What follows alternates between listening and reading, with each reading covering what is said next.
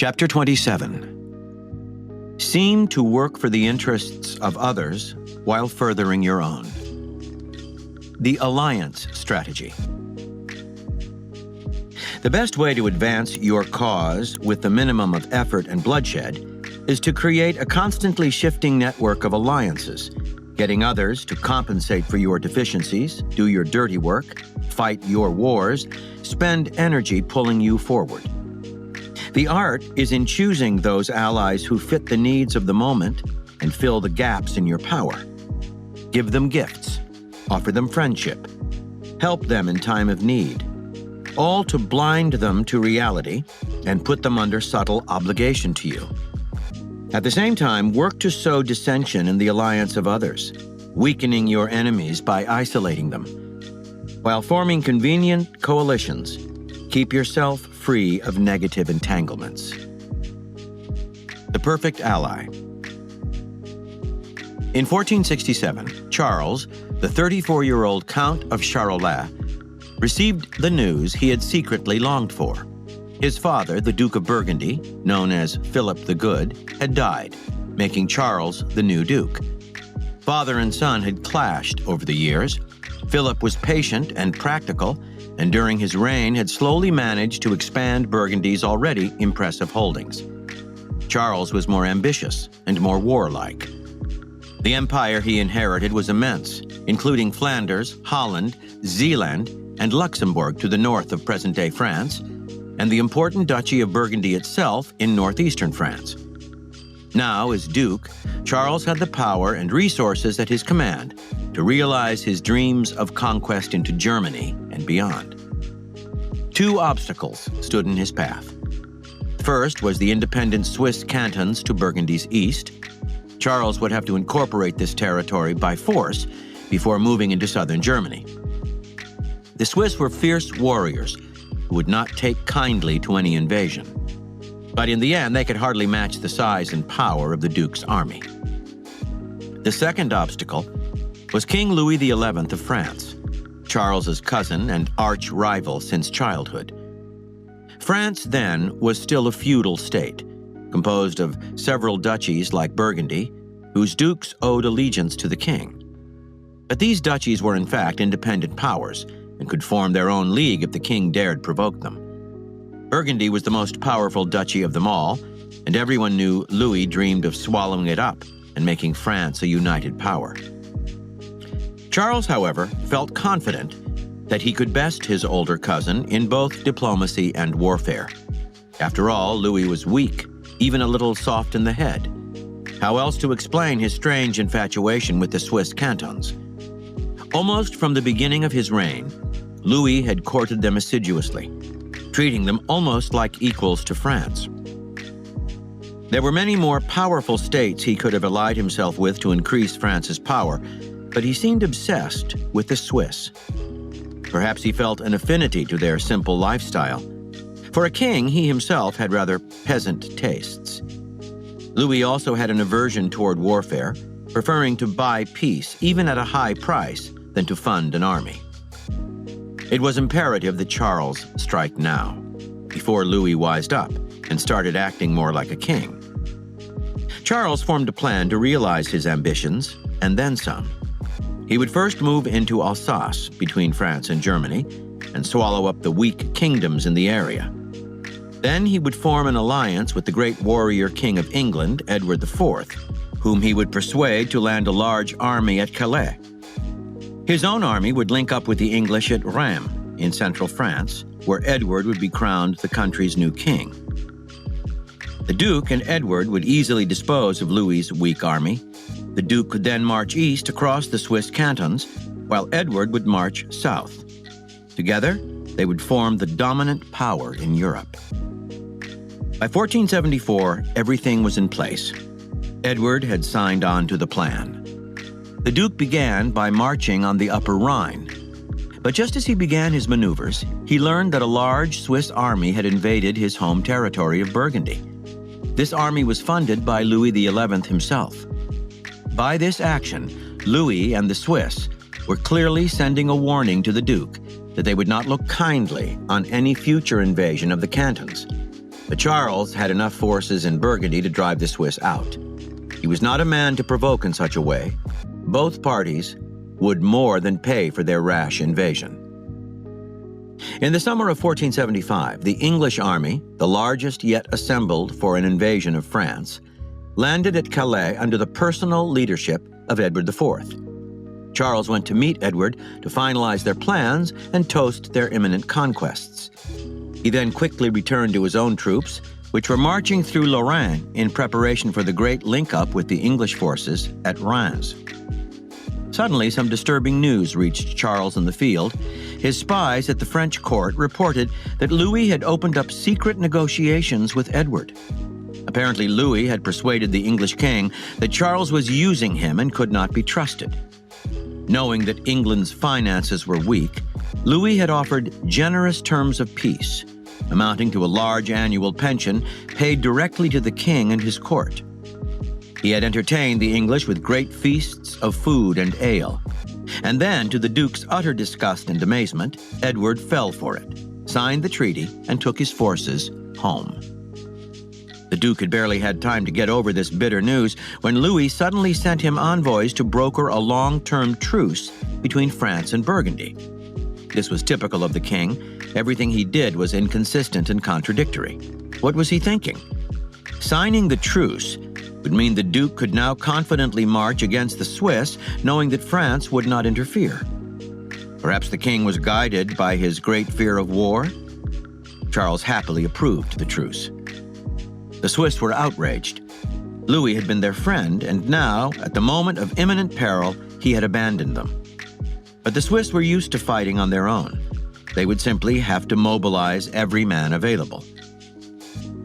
In the dead of the winter of 1477, the Duke, impatient for victory, crossed the Jura Mountains, heading east. The Swiss were waiting for him near the town of Granson. This was the first time the Duke had done battle with the Swiss, and he was caught off guard by what confronted him. It began with the alarming bellow of Swiss battle horns, which echoed in the mountains, creating a frightening din. Next, thousands of Swiss soldiers advanced down the slope toward the Burgundians. They marched with perfect precision, packed tight in phalanxes from which their enormous pikes stuck out like the spines of a giant hedgehog in motion. Their flanks and rear were protected by halberdiers swinging spiked battle axes. It was a terrifying sight. The Duke ordered attack after attack with his cavalry to break up the phalanxes, only to watch them being slaughtered. His artillery was hard to maneuver in the mountainous terrain. The Swiss fought with incredible fierceness, and their phalanxes were impenetrable. A reserve Swiss force, hidden in the woods on the Burgundian right, suddenly emerged and attacked. The Duke's army fell into a headlong retreat. The battle ended in a slaughter, from which the Duke, however, escaped. A few months later, it was the turn of the Swiss to go on the offensive by marching into Lorraine. In January 1478, the Duke counterattacked with his now enfeebled forces. Again, the Burgundians were routed, and this time the Duke did not escape. His body was finally identified on the field of battle, his head cloven in two by a Swiss halberd, his body pierced by pikes. In the months after Charles's death, Louis XI swallowed up Burgundy, eliminating the last great feudal threat to a unified France. The Duke had unknowingly fallen prey to Louis's elaborate plan to destroy him without wasting a single French soldier. Interpretation. King Louis XI would eventually become known as the Spider King, infamous for the elaborate webs he would weave to ensnare his opponents. His genius was to think far ahead and plot an indirect path to his goals. And his greatest goal was to transform France from a feudal state into a unified great power. Burgundy was his largest obstacle, and one he could not meet head-on. His army was weaker than Charles's, and he did not want to provoke a civil war. Before he became king, though, Louis had fought a short campaign against the Swiss and had seen the brutal efficiency with which their phalanxes fought and how they used their mountainous terrain to perfect advantage. He thought them unbeatable in war. Louis formed a plan to bait Charles into invading the cantons, where his military machine would be destroyed. The strands of Louis's web were finely woven. First, he spent years courting the Swiss, forging bonds that blinded them to his ulterior purpose. This alliance also befuddled the arrogant Duke, who could not imagine how Louis planned to make use of such an ally. The king also knew that by getting the Swiss to invade Burgundy in 1474, he would make the Duke so enraged as to lose all patience in his desire for revenge. When Edward landed at Calais, the king had foreseen the invasion and was ready for it. Instead of trying to fight off this mighty opponent, he worked to coax the English king away from his alliance with Burgundy by appealing to his self-interest. Without risking a single battle so far from home, Edward would receive a financial payment too handsome to refuse. Again, thinking far in advance, Louis knew that when he eventually swallowed up the wealthy Duchy of Burgundy, he would more than recoup what he was having to pay Edward. Abandoned by the English, Charles was isolated, yet still determined to avenge the invasion of Burgundy. At this point, Louis moved to sign a treaty with the Duke, getting rid of the last possible obstacle in Charles's path to the Swiss cantons. This new treaty would infuriate his Swiss friends, but what did Louis care? Friendship meant little to him. The Swiss would fight to defend their land with or without him. Patient and clear about his goals, Louis used alliances as a form of bloodless warfare, crushing his opponents by getting others to do his work for him. Almost all of us instinctively understand the importance of allies. Because we operate by feel and emotion more often than by strategy, however, we frequently make the worst kinds of alliances. A common mistake is to think that the more allies we have, the better. But quality is more important than quantity. Having numerous allies increases the chances we will become entangled in other people's wars. Going to the other extreme, we sometimes think a single powerful ally is all we need. But allies like that tend to get what they can from us and then drop us when our usefulness is exhausted, just as Louis dropped the Swiss. It is, in any case, a mistake to become dependent on one person. Finally, we sometimes choose those who seem the friendliest, who we think will be loyal. Our emotions lead us astray. Understand, the perfect allies are those who give you something you cannot get on your own. They have the resources you lack. They will do your dirty work for you or fight your battles. Like the Swiss, they are not always the most obvious or the most powerful. Be creative and look for allies to whom you in turn have something to offer as well, creating a link of self-interest. To lose such allies of convenience will not destroy you or make you feel betrayed. You must think of them as temporary tools. When you no longer need such tools, there is no love lost in dumping them. From The Prince by Niccolò Machiavelli. The forces of a powerful ally can be useful and good to those who have recourse to them, but are perilous to those who become dependent on them. False alliances. In November 1966, Murray Bowen, a professor of clinical psychiatry at Georgetown University and one of the world's most influential family therapists, faced a brewing crisis within his own family back home in Waverly, Tennessee. Bowen was the oldest of 5 children. His family had operated an important business in Waverly for several generations. The third oldest sibling, a brother nicknamed June, had been running the business for some time. Continually overworked and feeling underappreciated, June was now asking for a controlling interest in the business. Their father supported him, their mother did not. Members of the extended family were taking sides. The situation was tense. At the same time, a death in the family of June's wife had made her so despondent that it was beginning to affect her husband's health. A ripple effect was spreading to the rest of the family, and Bowen's sister, the second youngest and most unstable sibling, was beginning to display all kinds of nervous symptoms. Bowen feared most, though, for his father, who had a weak heart. As the family therapist, Bowen had studied a phenomenon he called an anxiety wave, in which a peripheral event could spark enough emotional turmoil to lead to the death of the family's oldest or most vulnerable member. Somehow, Bowen had to find a way to diffuse this anxiety wave in his own family. The problem for Bowen was that he was also going through a kind of personal and professional crisis at the time. One of his most influential theories held that members of a family were healthy to the extent that they could differentiate themselves from their siblings and parents, establishing their own identity, being able to make decisions on their own, while also being integrated and actively involved with the rest of the family. He saw this as a difficult psychic task for anyone. A family has a kind of group ego and an interlocking emotional network. It requires a great deal of effort and practice to establish autonomy outside this system.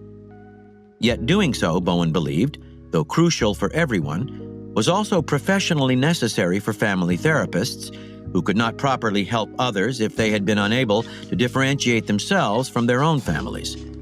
They would carry their personal problems into their practice.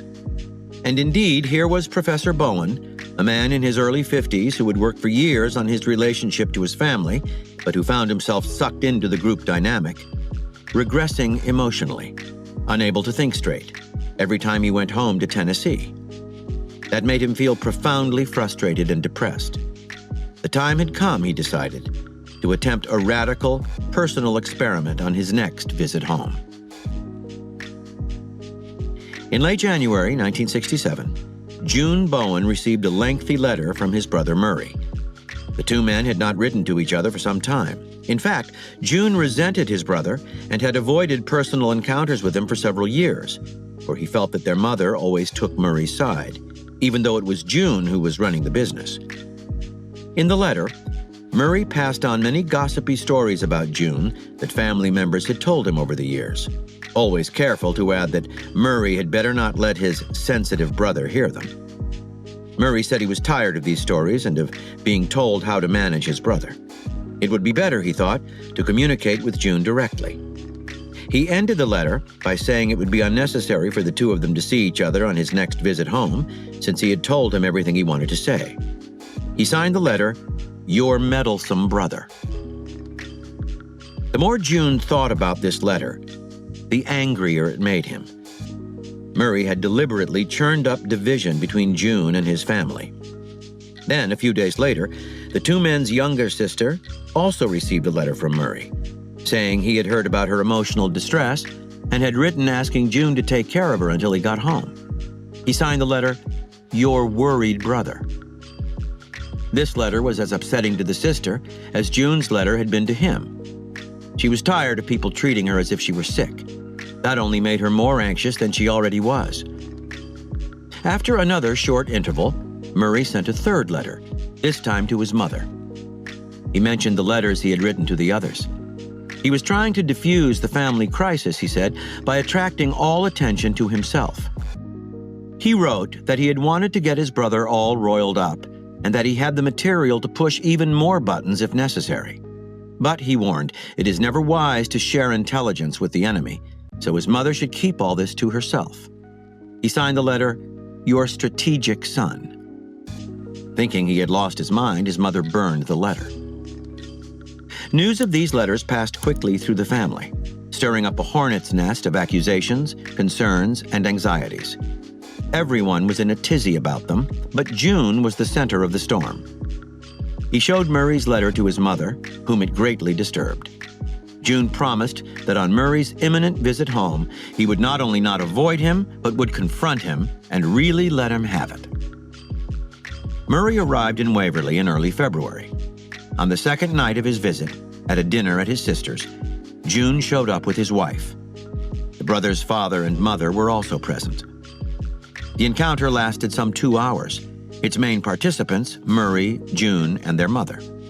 It was a bitter family confrontation. A furious June threatened a lawsuit over Murray's scurrilous stories and accused his mother of conspiring with her favorite. When Murray confirmed that he and his mother were in cahoots, that it had all been plotted years ago between him and Mom, she was outraged, denied knowledge of any plot, and said she would never tell Murray anything again. June told his own stories about his professor brother. Murray responded that they were amusing, but he knew better ones. The entire conversation centered on personal issues, and many repressed emotions came to the surface. But Murray remained strangely detached. He made sure he took no sides. No one was quite happy with what he was saying. The next day, Murray showed up at June's house, and June, for some reason, was happy to see him. Murray told more gossipy stories, including one he had heard about how well June was handling the situation, considering all the stress he was under. June, feeling quite emotional, started to open up to his brother about his problems. He was really worried about their sister, he said, even thought she might be retarded. Later that day, Murray visited the sister and told her what June had said about her. She was more than able to take care of herself, she replied, and had had enough of the family's intrusive concern. More visits followed with other family members. In each case, whenever someone tried to pass along some gossip or get Murray to take his or her side in the family constellation, he would either deflect the attempt with a neutral comment or pass it along to the person involved. The day Murray left, everyone came to say goodbye. The sister seemed more relaxed. So did the father. The family mood was noticeably altered. A week later, Murray's mother sent him a letter that ended, "With all its ups and downs, your last trip home was the greatest ever." June now wrote regularly to his brother. The conflict over controlling the family business was diffused and settled. Murray's visits home now became things everyone looked forward to, even though he was still up to his old tricks with stories and such. Murray later wrote about the incident and incorporated what it had taught him into his training of other family therapists. He considered it the turning point in his career. Interpretation. Bowen's strategy in the experiment he conducted on his family was simple. He would make it impossible for any family member to make him take sides or hook him into any kind of alliance. He would also deliberately cause an emotional tempest to break up the stale family dynamic, particularly targeting June and his mother, that dynamic's centrifugal forces. He would make his family see things anew by getting them to talk about personal matters rather than avoiding them. He would work on himself to stay calm and rational, squelching any desire either to please or to run away from confrontation. And in the midst of this experiment, Bowen experienced an unbelievable feeling of lightness, a near euphoria. For the first time in his life, he felt connected to the family without being submerged by its emotional pulls. He could engage, argue, and banter without either regressing into childish tantrums or striving to be falsely agreeable. The more he dealt with the family this way, the easier it became. Bowen also noticed the effect his behavior had on others. First, they could not interact in their usual way. June could not avoid him. His weak sister could not internalize all the family's problems. The mother could not use him as a crutch. Next, they found themselves drawn to him. His refusal to take sides made it easier to open up to him. The stale family dynamic of gossip, secret communications, and irritating alliances was broken up in one visit. And, according to Bowen, it stayed that way for the rest of his life. Bowen transferred his theory and practice beyond the family.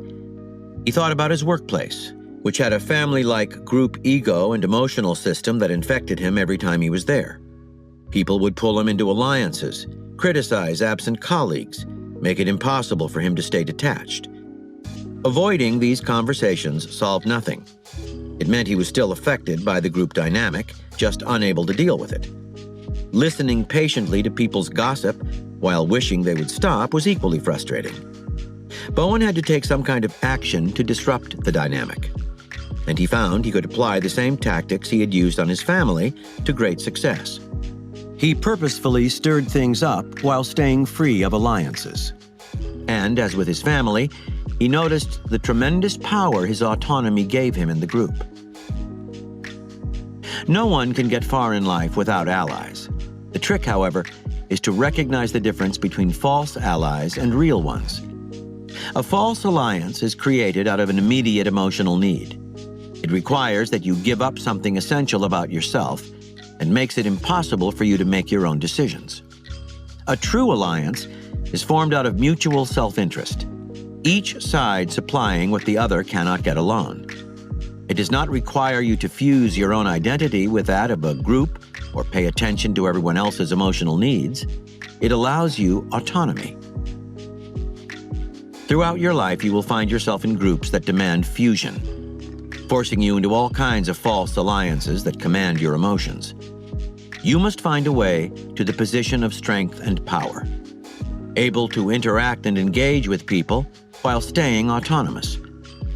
You deftly avoid false alliances by taking provocative actions that make it impossible for people to entrap you.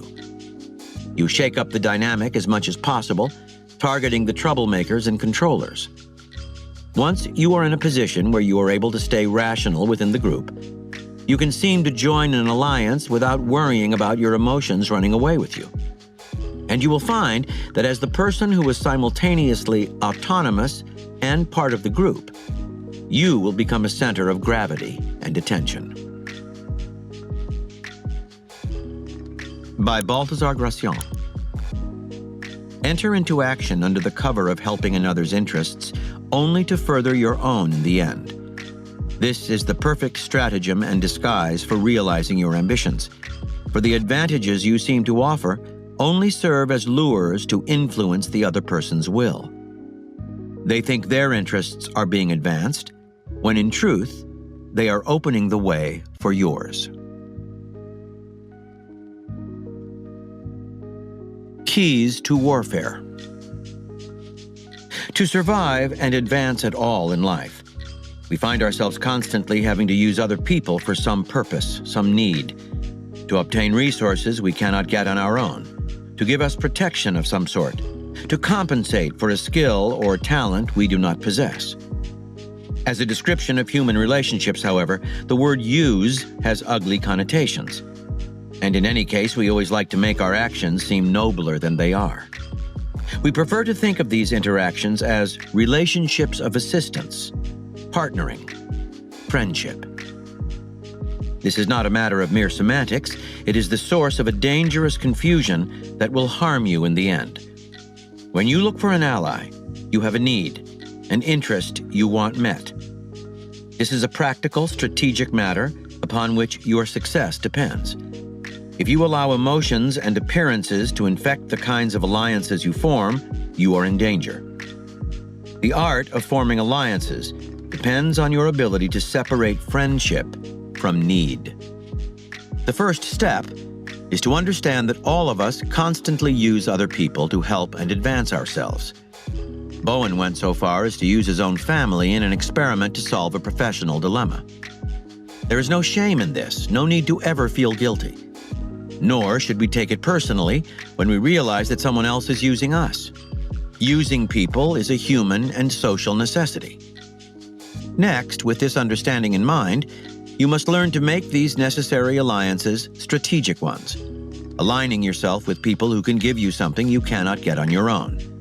This requires that you resist the temptation to let your decisions about alliances be governed by your emotions. Your emotional needs are what your personal life is for, and you must leave them behind when you enter the arena of social battle. The alliances that will help you most are those involving mutual self-interest. Alliances infected with emotions, or with ties of loyalty and friendship, are nothing but trouble. Being strategic with your alliances will also keep you from the bad entanglements that are the undoing of so many. Think of your alliances as stepping stones toward a goal. Over the course of your life, you will be constantly jumping from one stone to the next to suit your needs. When this particular river is crossed, you will leave them behind you. We will call this constant shifting yet advancing use of allies the alliance game. Many key principles of the alliance game originated in ancient China, which was composed of numerous states in continual flux, now weak, now powerful, now weak again. War was a dangerous affair, for a state that invaded another would stir up a lot of mistrust among the others and would often find itself losing ground in the long run. Meanwhile, a state that remained too loyal to an ally might find itself pulled into a war from which it could not break free and would go down in the process. The formation of proper alliances was in some ways a more important art than that of warfare itself, and the statesmen adept at this art were more powerful than military leaders. It was through the alliance game that the state of Qin was able to slowly expand during the dangerous warring states period of 403 to 221 BC. Qin would make alliances with distant states and attack nearby ones. The nearby state that Qin had invaded could not get help from its outlying neighbor because that neighbor was now allied to Qin. If Qin faced an enemy that had a key ally, it would work first to disrupt the alliance, sowing dissension, spreading rumors, courting one of the two sides with money, until the alliance fell apart. Then, Qin would invade first one of the two states, then the other. Gradually, bit by bit, it gobbled up neighboring states until, in the late 3rd century BC, it was able to unify China, a remarkable feat. To play the alliance game right, today as in ancient China, you must be realistic to the core, thinking far ahead and keeping the situation as fluid as possible. The ally of today may be the enemy of tomorrow. Sentiment has no place in the picture. If you are weak but clever, you can slowly leapfrog into a position of strength by bouncing from one alliance to another. The opposite approach is to make a key alliance and stick with it, valuing trust and an established relationship. This can work well in stable times, but in periods of flux, which are more common, it can prove to be your undoing. Differences in interest will inevitably emerge, and at the same time it will become hard to disentangle yourself from a relationship in which so much emotion has been invested. It is safer to bank on change, to keep your options open and your alliances based on need, not loyalty or shared values. In the golden age of Hollywood, actresses had almost the least amount of power of anyone. Careers were short. Even a great star would be replaced in a few years by someone younger. An actress would stay loyal to her studio, then watch helplessly as the roles dried up. The actress who best bucked the trend was Joan Crawford, who played her own version of the alliance game. In 1933, for instance, she met the screenwriter Joseph Mankiewicz, then a timid young man just starting out on what would be an illustrious career. Crawford recognized his talent immediately and went out of her way to befriend him, much to his amazement. He went on to write 9 screenplays for her, greatly lengthening her career. Crawford would also court cameramen and photographers, who would then work overtime to light her well and make her look good. She might do the same with the producer, who controlled a screenplay with a role in it she coveted. Crawford would often make alliances with up-and-coming young talent who valued a relationship with the star. Then she would gracefully break or forget the connection when it no longer served her needs. Nor would she stay loyal to the studio, or indeed to anyone, only to herself. Her unsentimental approach to her own shifting network of alliances allowed her to avoid the trap that most actresses found embedded in the system. The key to playing the game is to recognize who can best advance your interests at that moment. This need not be the most obviously powerful person on the scene, the person who seems to be able to do most for you. Alliances that meet specific needs or answer particular deficiencies are often more useful. Grand alliances between two great powers are generally the least effective. Because Louis XI had a weak army, the Swiss, though minor players on the European scene, were the allies he needed. Recognizing this years in advance, he cultivated an alliance that bewildered his enemies. As an ambitious young congressional assistant in Washington, Lyndon Johnson realized he lacked all kinds of powers and talents to get him to the top. He became a clever user of other people's talents. Realizing the importance of information in Congress, he made a point of befriending and allying himself with those at key positions, whether high or low, in the information chain. He was particularly good with older men who enjoyed the company of a lively young man and the role of the father figure giving advice. Slowly, from being a poor kid from Texas with no connections, Johnson raised himself to the top through his network of convenient alliances. It is a common strategy in bicycle races not to go out in front, but to stay right behind the leader, a position that cuts down wind resistance. The leader faces the wind for you and saves you energy. At the last minute, you sprint ahead. Letting other people cut resistance for you and waste their energy on your behalf is the height of economy and strategy. One of the best stratagems in the alliance game is to begin by seeming to help another person in some cause or fight, only for the purpose of furthering your own interests in the end. It is easy to find such people. They have a glaring need, a temporary weakness that you can help them to overcome. Now you have put them under a subtle obligation to you, to use as you will, to dominate their affairs, to divert their energies in the direction you desire. The emotions you create with your offer of help will blind the other person to your ulterior purpose. The artist Salvador Dali was particularly adept at this version of the game. If someone needed to raise money, say, Dali would come to the rescue, organizing a charity ball or other fundraising event. The person in need could hardly resist. Dali was friendly with royalty, Hollywood stars, socialites. Soon, he would be ordering all kinds of elaborate props for the ball. For his infamous Night in a Surrealist Forest in Pebble Beach, California in 1941, which was intended to benefit starving artists in war-torn Europe, Dali requested a live giraffe, enough pine trees to create a fake forest, the largest bed in the world, a wrecked automobile, and thousands of pairs of shoes from which to serve the first course. In the end, the party was a smash and got all kinds of publicity, but as so often with Dali, the bills far exceeded the receipts. No money was left over for the starving artists of Europe. And strangely enough, all of the publicity was focused on Dali, increasing his fame and winning him more powerful allies. A variation of the alliance game is to play the mediator, the center around which other powers pivot. While remaining covertly autonomous, you make those around you fight for your allegiance. This was essentially how Prince Clemens von Metternich, the Austrian foreign minister during the Napoleonic era and afterward, restored Austria as Europe's principal power. It helped that Austria is located in the center of Europe and so is strategically vital to the nations around it.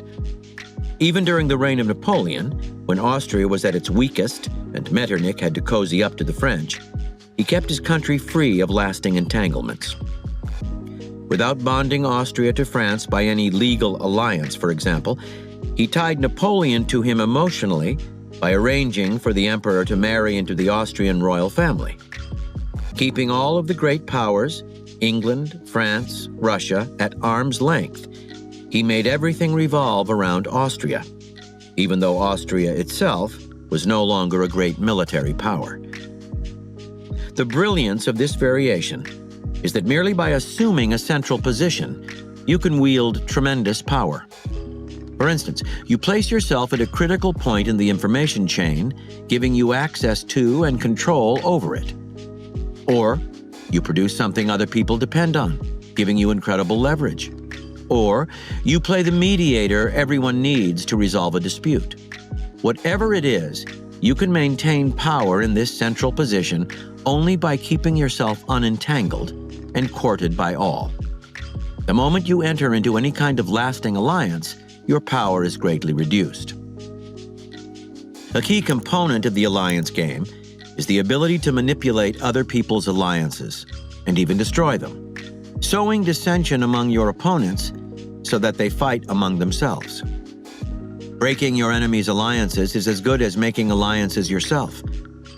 When Hernán Cortés landed in Mexico in 1519, he faced hundreds of thousands of Aztecs with 500 men. Knowing that many smaller Mexican tribes resented the powerful Aztec Empire, he slowly worked to peel them away from their alliances with the Aztecs. By filling a tribal leader's ears with horrible stories about the Aztec emperor's plans, for example, he might bait the man into arresting the Aztec envoys on their next visit. That, of course, would infuriate the emperor, and now the tribe would be isolated and in danger, and would appeal to Cortés for protection. On and on Cortés went with this negative version of the alliance game until the Aztecs' allies had become his. Your focus here is on stirring up mistrust. Make one partner suspicious of the other. Spread rumors. Cast doubts on people's motives.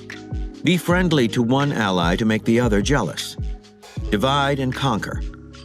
In this way, you will create a tide of emotions, hitting first this side, then that, until the alliance totters. Now, former members of the alliance will feel vulnerable. Through manipulation or outright invitation, make them turn to you for protection. In facing an enemy that is composed of allies, no matter how large or formidable, do not be afraid. As Napoleon said, "Give me allies to fight." In war, allies generally have problems of command and control. The worst kind of leadership is divided leadership. Compelled to debate and agree before they act, allied generals usually move like snails. When fighting large groups of allies, as he often did, Napoleon always attacked first the weak link, the junior partner. Collapse here could make the whole fabric of the alliance fall apart. He would also seek quick victory in battle, even a small one, for no force is more easily discouraged by a defeat than an allied one. Finally, you will of course be attacked for playing the alliance game. People will accuse you of being feckless, amoral, treacherous. Remember, these charges are strategic themselves. They are part of a moral offensive. See Chapter 25. To advance their own interests, your accusers are trying to make you feel guilty or look bad. Do not let them get to you. The only real danger is that your reputation will eventually keep people from making alliances with you. But self-interest rules the world. If you are seen to have benefited others in the past and is capable of doing the same in the present, you will have suitors and playing partners. Besides, you are loyal and generous as long as there is mutual need. And when you show that you cannot be had by the false lure of permanent loyalty and friendship, you will actually find yourself treated with greater respect. Many will be drawn to your realistic and spirited way of playing the game. Reversal. If you play the alliance game, so will those around you, and you cannot take their behavior personally. You must keep dealing with them. But there are some types with whom any kind of alliance will harm you. You can often recognize them by their over-eagerness to pursue you. They will make the first move, trying to blind you with alluring offers and glittering promises. To protect yourself from being used in a negative way, always look at the tangible benefits you will gain from this alliance. If the benefits seem vague or hard to realize, think twice about joining forces. Look at your prospective allies' past for signs of greed or of using people without giving in return. Be wary of people who speak well, have apparently charming personalities, and talk about friendship, loyalty, and selflessness. They are most often con artists trying to prey on your emotions. Keep your eye on the interests involved on both sides and never let yourself be distracted from them. Here are further reflections on the alliance strategy. From Aesop's Fables. The Dog, the Cock, and the Fox. A dog and a cockerel, having made friends, were strolling along a road together. As evening fell, the cockerel flew up into a tree to sleep there, and the dog went to sleep at the foot of the tree, which was hollow. According to his habit, the cockerel crowed just before daybreak.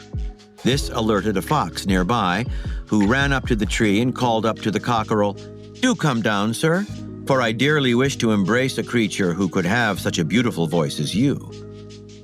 The cockerel said, "I shall come down as soon as you awaken the doorkeeper who is asleep at the foot of the tree." Then, as the fox went to look for the doorkeeper, the dog pounced briskly on him and tore him to pieces.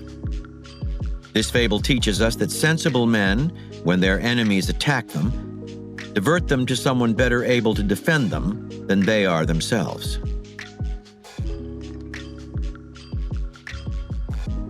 From the Discourses by Niccolo Machiavelli. Since in all her decisions, whether by chance or by choice, Rome took all steps necessary to make herself great, she did not overlook fraud. She could not at the start have been more deceitful than she was in the means she took, as we were saying just now, to acquire allies, since under this title she made them all her servants, as was the case with the Latins and other peoples round about. For she first availed herself of their arms in order to subjugate neighboring peoples, and to build up her reputation as a state, and then having subdued them, she increased to such an extent that she could beat anyone. Nor would the Latins ever have realized that in reality they were mere slaves if they had not seen the Samnites twice defeated and forced to accept Rome's terms. From the I Ching. 6 in the third place means he finds a comrade. Now he beats the drum. Now he stops. Now he sobs. Now he sings. Here the source of a man's strength lies not in himself, but in his relation to other people.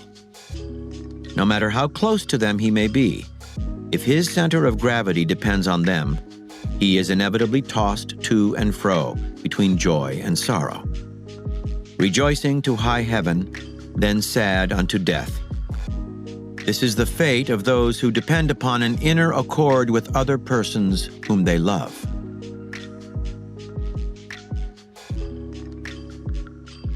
From Aesop's Fables. The Fox and the Billy Goat. A fox, having fallen into a well, was faced with the prospect of being stuck there. But then a billy goat came along to that same well because he was thirsty and saw the fox. He asked him if the water was good. The fox decided to put a brave face on it and gave a tremendous speech about how wonderful the water was down there, so very excellent. So the billy goat climbed down the well, thinking only of his thirst. When he had a good drink, he asked the fox what he thought was the best way to get back up again. The fox said, "Well, I have a very good way to do that. Of course, it will mean our working together. If you just push your front feet up against the wall and hold your horns up in the air as high as you can, I will climb up onto them, get out, and then I can pull you up behind me." The billy goat willingly consented to this idea, and the fox briskly clambered up the legs, the shoulders, and finally the horns of his companion. He found himself at the mouth of the well, pulled himself out, and immediately scampered off. The billy goat shouted after him, reproaching him for breaking their agreement of mutual assistance. From the Greek Myths by Robert Graves. Heracles had performed these 10 labors in the space of 8 years and 1 month. But Eurystheus, discounting the second and the fifth, set him 2 more. The 11th labor was to fetch fruit from the golden apple tree, Mother Earth's wedding gift to Hera, with which she had been so delighted that she planted it in her own divine garden.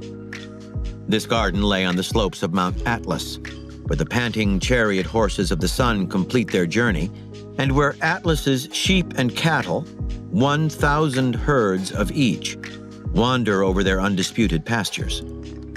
When Hera found one day that Atlas's daughters, the Hesperides, to whom she had entrusted the tree, were pilfering the apples, she set the ever-watchful dragon Ladon to coil around the tree as its guardian. When at last Heracles came to the Po, the river nymphs, daughters of Zeus and Themis, showed him Nereus asleep. He seized the hoary old sea god, and clinging to him despite his many protean changes, forced him to prophesy how the golden apples could be won.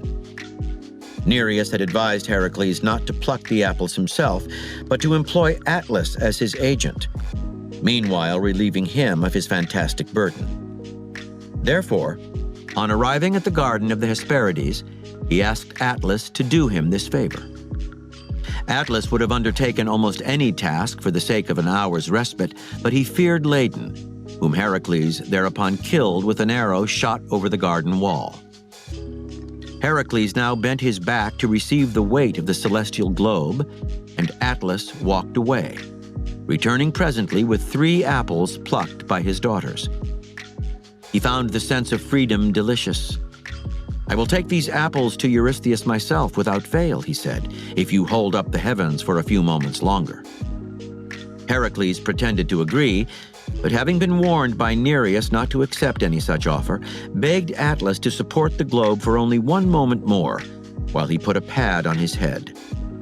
Atlas, easily deceived, laid the apples on the ground and resumed his burden, whereupon Heracles picked them up and went away with an ironical farewell. From The Secret Life of Salvador Dali, by Salvador Dali. I regarded most of the people I met solely and exclusively as creatures I could use as porters in my voyages of ambition. Almost all these porters sooner or later became exhausted. Unable to endure the long marches that I forced on them at top speed and under all climatic conditions, they died on the way. I took others. To attach them to my service, I promised to get them to where I myself was going, to that end station of glory which climbers desperately want to reach. From Aesop's Fables. The Lion and the Wild Ass. A lion and a wild ass entered into an agreement to hunt wild beasts together. The lion was to use his great strength, while the ass would make use of his greater speed. When they had taken a certain number of animals, the lion divided up the spoils into 3 portions. "I'll take the first share because I am the king," he said. "The second share will be mine because I have been your partner in the chase," he said. "As for the third share," he said to the wild ass, "this share will be a great source of harm to you, believe me, if you do not yield it up to me. And by the way, get lost." It is suitable always to calculate your own strength and not to enter into an alliance with people stronger than yourself. And lastly, from The Wiles of War, 36 Military Strategies from Ancient China. The state of Jin, located in modern Shanxi, grew steadily in strength by swallowing small neighbors. There were 2 small states, Hu and Yu, to its south. In the spring of the 19th year under King Hui of Zhou, 658 BC, Duke Xian of Jin sent for a trusted minister, Shunxi, and declared his intention to attack Hu. "We have little chance to gain advantage," observed Shunxi after a pause. "Hu and Yu have always been very close. When we attack one of them, the other will surely come to its rescue. Pitched 1 to 1, neither of them is our match, but the result is far from certain if we fight both of them at the same time." "Surely you are not saying we have no way to cope with these 2 small states?" asked the Duke. Shunxi thought for a while before replying. "I have thought up a plan by which we will be able to subdue both Hu and Yu. For the first step, we should present the Duke of Yu with handsome gifts and ask him to lend us a path by which we can attack Hu." The Duke asked, "But we have just offered gifts to Hu and signed a friendly agreement with it. We can hardly make Yu believe that we want to attack Hu instead of Yu itself." "That is not so difficult to work out," replied Shunxi. "We may secretly order our men on the border to make raids on Hu. When the men of Hu come to protest, we may use that as a pretext to attack them. In this way, Yu will be convinced of our professed intention." The Duke considered it a good plan. Before long, armed conflicts broke out along the Jin-Hu border to the south.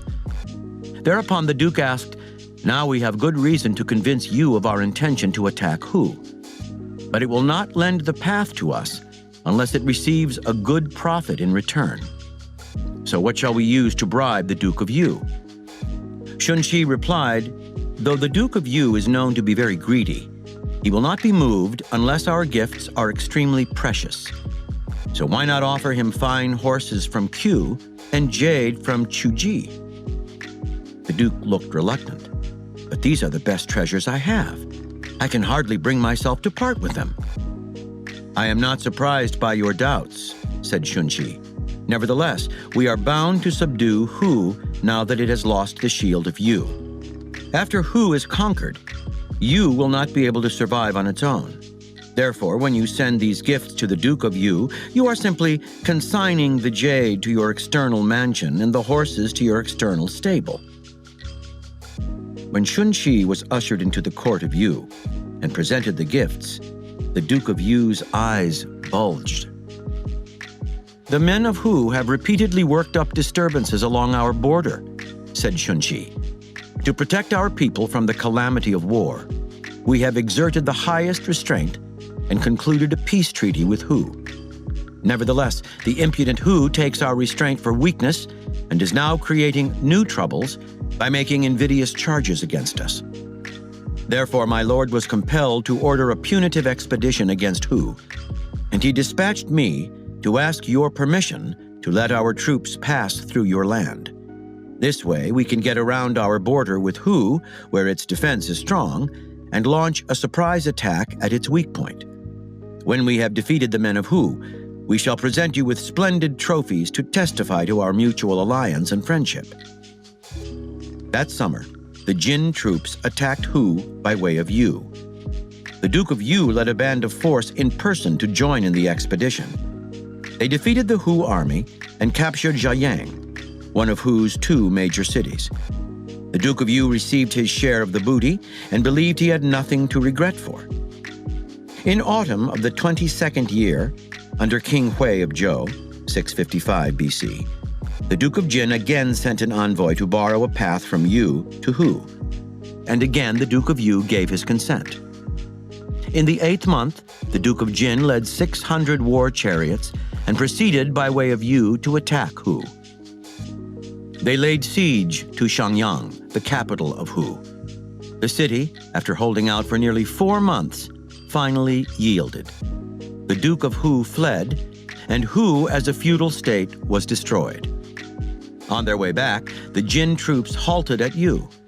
The Duke of Yu came to welcome them, receiving the Duke of Jin into the capital.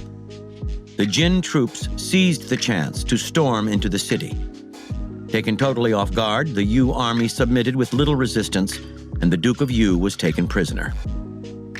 Duke Xian of Jin was extremely pleased when Shunxi returned to present him with the horses and jade as well as the captured Duke of Yu.